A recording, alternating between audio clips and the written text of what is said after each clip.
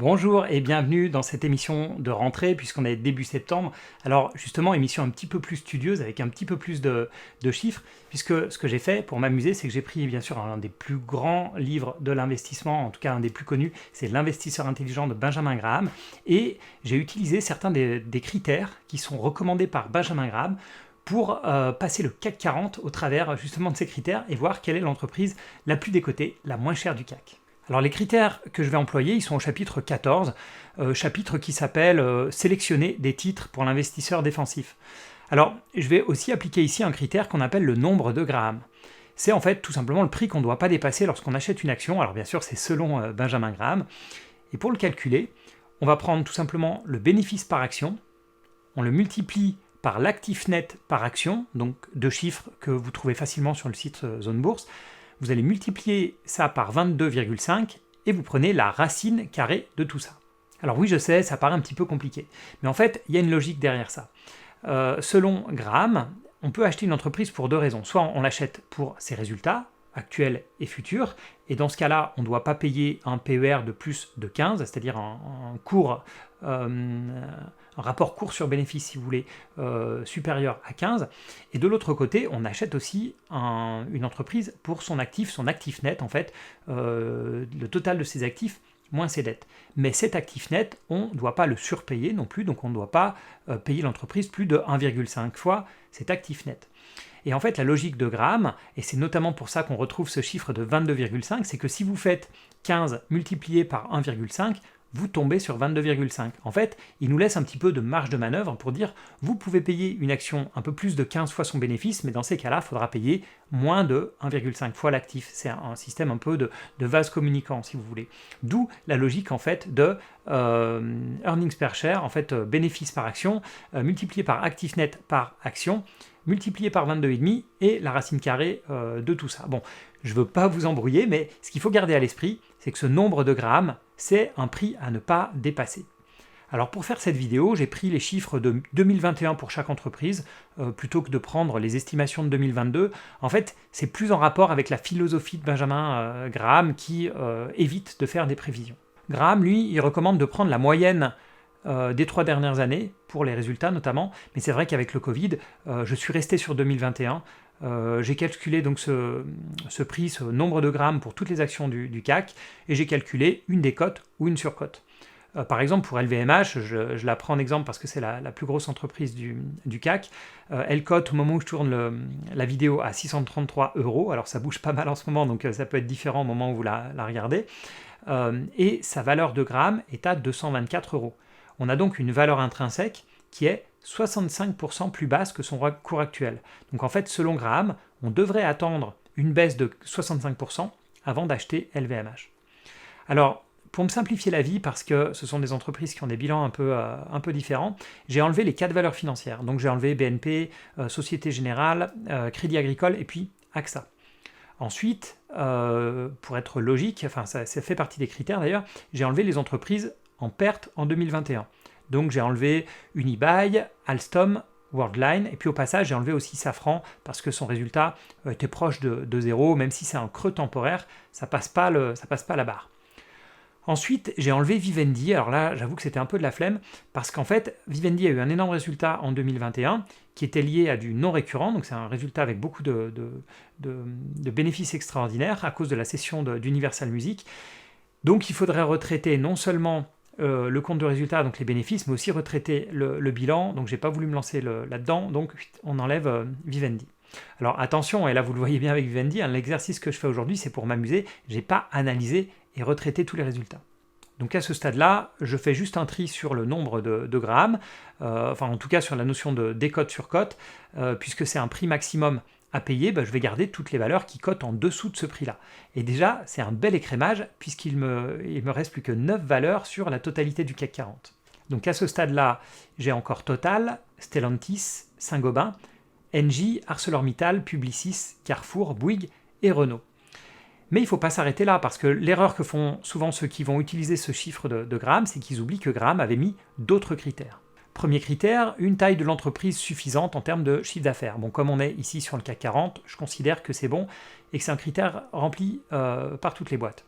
Ensuite, une bonne santé financière. Donc là, on va utiliser un ratio courant supérieur à 2. Donc on prend les actifs courants, donc tout ce qui est trésorerie, stock, enfin tout ce qui peut se liquider rapidement. Et ça doit être le double du passif courant. C'est un test de liquidité, en fait, pour s'assurer que l'entreprise ne va pas faire de faillite à court terme.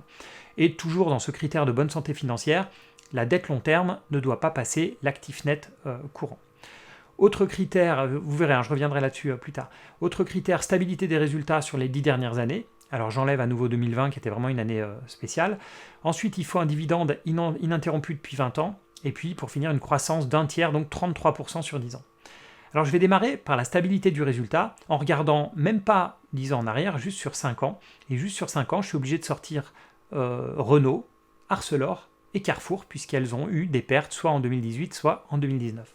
Ensuite, si je reprends le critère sur les dividendes, donc je vous rappelle, c'était payer un dividende depuis 20 ans. Moi, je ne suis pas allé jusqu'à 20 ans. Déjà, j'ai fait 10 ans. Sur 10 ans, tout le monde passe la barre, sauf Stellantis. Parce que si je regarde les dividendes de Peugeot, puisque Stellantis, c'est la fusion de Fiat et de Peugeot. En regardant Peugeot n'a pas versé de dividendes pendant plusieurs années. Donc, elle va sortir de notre liste. Donc là, ça devient chaud. Il nous reste 5 entreprises. Il nous reste Total, Saint-Gobain, Engie, Publicis et Bouygues. Ensuite, si je passe à la santé financière, donc avec le ratio courant dont j'ai déjà parlé, un ratio de liquidité qui doit être au-dessus de 2, chez Total, je trouve 1,17, chez Saint-Gobain 1,35, Engie 1,13, Publicis 0,93 et Bouygues 1,03. Donc aucune de mes 5 entreprises ne passe ce critère, alors que ce n'était pas le dernier, il me restait encore la croissance des résultats sur 10 ans. Donc voilà, je suis obligé de m'arrêter là. Je n'ai pas de gagnant sur les 40 sociétés du CAC 40. Enfin, c'est vrai que j'ai viré les financières, mais voilà. Alors, si on doit donner un gagnant à ce stade, dans notre liste de 5, et si je me réfère à ce fameux nombre de grammes, ce serait Engie, en fait, qui serait la plus décotée, à mon grand regret. Je dis à mon grand regret parce que, même si la décote, elle paraît vraiment importante, elle est probablement en grande partie méritée. Engie, c'est une entreprise qui déçoit depuis des années, sans compter le fait que l'État est le premier actionnaire, ce qui n'est jamais très bon pour la performance. Donc voilà, pas de gagnant, et s'il y a un gagnant purement en termes de décote, ce serait Engie. Alors bien sûr, comme je vous le disais, cet exercice, il est surtout fait pour s'amuser, pour essayer de jouer un petit peu avec les chiffres. C'est drôle de voir qu'aucune entreprise du CAC ne passe sur ce critère. Alors, est-ce que c'est dû au fait qu'il n'y a aucun bon candidat dans le CAC 40 ? Peut-être, mais ça peut être dû aussi au fait que les entreprises gèrent différemment, parce que le livre est un livre qui est maintenant très ancien, donc peut-être que les entreprises gèrent différemment. Par exemple, on sait que les stocks ont énormément diminué, on est passé à du just-in-time, on est passé vraiment à des stocks minimum. On voit d'ailleurs, ça s'est bien payé pendant la crise du Covid, on voit que les pénuries sont beaucoup plus fréquentes dues à ça, mais ça peut expliquer aussi que c'est beaucoup plus compliqué de trouver des ratios courants au-dessus de 2 à l'heure actuelle. Si vous êtes analyste financier et que vous étudiez des boîtes régulièrement, enfin des bilans en tout cas et des ratios courants beaucoup plus que moi, mettez-moi en commentaire pour vous pourquoi est-ce qu'il n'y a aucune des boîtes qui passe ce critère de ratio courant supérieur à 2, et d'ailleurs de loin. Mais un point que je trouve intéressant, c'est que typiquement, si vous faites ce type d'approche quantitative, comme ça, en passant un indice ou peu importe un peu au crible, ce qu'il faut bien garder en tête, c'est qu'en fait, il y a plein de critères que j'ai oubliés. Là, oubliés, qui n'étaient pas pris en compte dans mon analyse, ou de celle de Graham plutôt, parce que vous le voyez, j'ai jamais parlé de croissance. Il y a un minimum de croissance qui est demandé, mais sinon, on ne regarde pas si une entreprise a une plus belle croissance que l'autre. On ne parle pas de marge, on ne parle pas non plus de management, on ne parle pas de moat, d'avantages compétitifs par rapport à ses concurrents. On ne regarde pas si la société est dans un méga trend, sur une tendance séculaire, ou bien au contraire si elle est sur un secteur qui est en train de mourir. Donc on ne regarde aucun de ces critères. Et c'est bien normal, puisque Benjamin Graham, c'est le père du value investing, lui ne regarde que la valorisation. Il est prêt à investir sur des secteurs en perte de vitesse, sur des sociétés qui sont détestées, voire même qui sont mal gérées, ce que Warren Buffett évitera de faire. On dit souvent que Warren Buffett suit les enseignements de Benjamin Graham, mais en fait c'est à moitié vrai parce qu'il a énormément changé de point de vue. Et en fait, ce qu'il faut retenir, c'est que toute analyse quantitative comme ça a des biais. En fait, c'est un peu comme si vous cherchez sur un site d'annonce de voiture d'occasion une voiture avec seulement 3 critères. Vous voulez une Audi A3, moins de 10 000 euros et avec moins de 50 000 km au compteur. Alors vous allez en trouver très probablement, mais vous pouvez avoir des surprises en constatant l'état général de la voiture. Vous allez sûrement tomber sur une voiture accidentée et c'est normal puisque vous n'avez pas pris assez de critères et surtout vous n'avez pris que les critères qui étaient proposés par le site, des critères quantitatifs, mais il y a plein d'autres critères à prendre en compte. Ben, en bourse, c'est exactement la même chose. Alors au moment où je suis en train de parler, je m'aperçois que j'ai ma caméra qui me dit que la carte est pleine, donc vous n'allez pas voir ma tête sur la fin de la vidéo, mais c'est pas très grave. Je vais sûrement laisser l'image de voiture que je suis sûrement en train de voiture accidentée que j'ai sûrement mis à l'écran au moment du montage. Mais voilà, vous avez compris l'idée générale de cette vidéo. C'est toujours un exercice marrant à faire. Ça prend un petit peu de temps, mais c'est toujours sympa et ça permet d'avoir des surprises. Et là, la surprise, c'est qu'aucune entreprise ne passe les critères de Graham en 2022.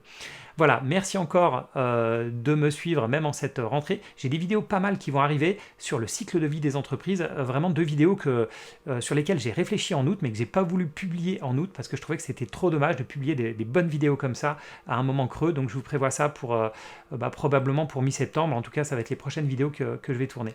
Voilà, merci encore de m'écouter soit en podcast, soit en vidéo. Merci encore pour votre fidélité et merci de revenir m'écouter en septembre. Et moi, je vous dis à bientôt pour d'autres émissions.